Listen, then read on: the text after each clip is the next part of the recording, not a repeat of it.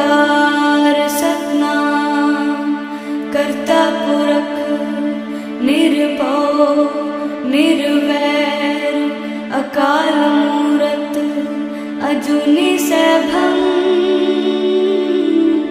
गुर प्रसाद जप आद सच जुगाद सच है भी सच नानक होसे भी सच।